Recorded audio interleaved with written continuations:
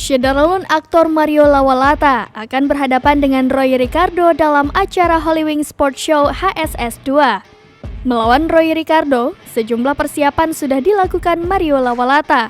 Mario pun menegaskan dirinya tak mengkhawatirkan soal usianya yang jauh lebih tua 9 tahun dari Roy Ricardo. Dia juga tidak khawatir soal staminanya. Nikita yang berada di bangku penonton langsung meresponnya. Lebih lanjut, Roy Ricardo juga tak ingin kalah dari Mario Lawalata. Ia pun memberikan pernyataan untuk menjatuhkan mental Mario. Nantinya, pertandingan tinju antara Mario Lawalata melawan Roy Ricardo akan digelar pada 12 Mei 2022 di Holywings Gatsu Club V. Selain Mario Lawalata dan Roy Ricardo, adapun selebritis lainnya yang juga turut memeriahkan acara Holywings Sports Show, yaitu Irma Dharmawangsa versus Barbie Kumalasari, Winston versus El Rumi, Nicholas Sen versus Sabian Tama, serta Dinar Candy versus Nikita Mirzani.